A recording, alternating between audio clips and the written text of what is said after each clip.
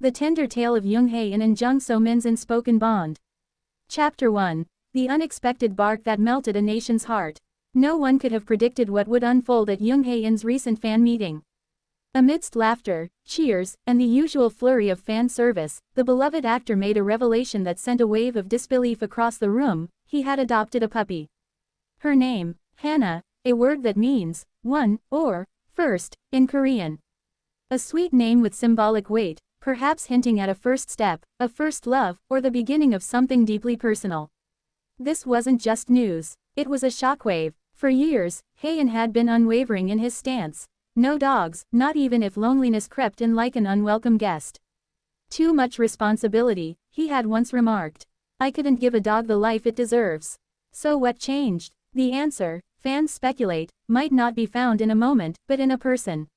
Chapter 2. The gentle muse behind the curtain, Jung So-min.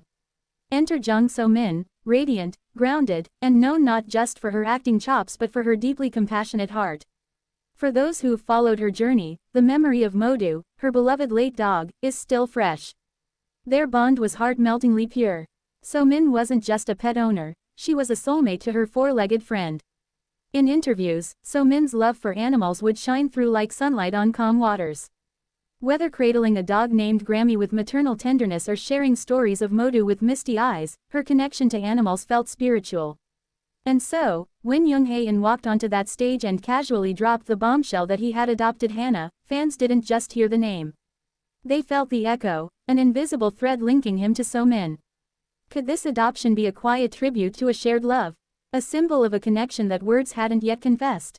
Chapter 3. Messy moments and imagined warmth. Of course, parenting a puppy isn't all cuddles and camera-ready moments. At the same fan meeting, Hae-in chuckled as he confessed a particularly humbling experience. He'd accidentally stepped in Hana's poop. The audience roared with laughter, but for those with romantic hearts, this wasn't just a funny anecdote, it was an opening scene from a love story. One could easily imagine So-min, calm and knowing, guiding him through the chaos with gentle patience. Don't scold her too hard, she might say with a teasing smile. Try this food, it's easier on her tummy. And next time, maybe look where you're stepping. Suddenly, this isn't just about a man and his puppy. It's about learning, growing, stumbling, and perhaps being helped along by someone who's already walked the path. Someone like So-min. Chapter 4. So-min the Enchantress, a Greek goddess reborn. While Hae-in was figuring out puppy pads and chew toys, Jung So-min was turning heads across continents. In a breathtaking photoshoot set against the ageless beauty of Athens, Greece, she transformed from beloved actress to ethereal goddess. Draped in a flowing gray striped gown, back bared and soul exposed, she stood on ancient marble like a vision pulled straight from myth. Her hair, braided like woven threads of destiny, cascaded softly as if whispering secrets to the Aegean wind. Each pose was poetry, her gaze, a spell. Fans could barely contain themselves. Comments flooded in. She looks like she stepped out of mythology. Is this Aphrodite reborn? She doesn't walk, she glides. But So-min isn't just a beautiful face, she's brilliance personified. A top graduate from the prestigious Korea National University of Arts, she combines talent and intellect in a way that elevates her artistry beyond performance. It becomes alchemy. Chapter 5. I would only do this with her, the whisper that shook the room.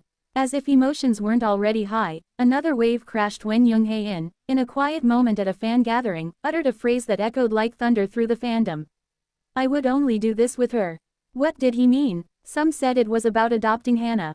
Others believed it referred to more intimate moments, cooking meals together, planning quiet getaways, maybe even imagining a shared future.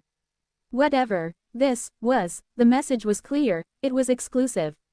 Sacred, reserved for one, and for many fans, there was only one, her, that fit the equation, Jung So-min. Chapter 6. A love written between the lines. Of course, nothing has been officially confirmed. There are no grand declarations or red carpet reveals. But love, in its most genuine form, rarely announces itself with trumpets. It lives in glances, gestures, shared silences. Look closely and the signs are there. The subtle way their names now come up in each other's stories.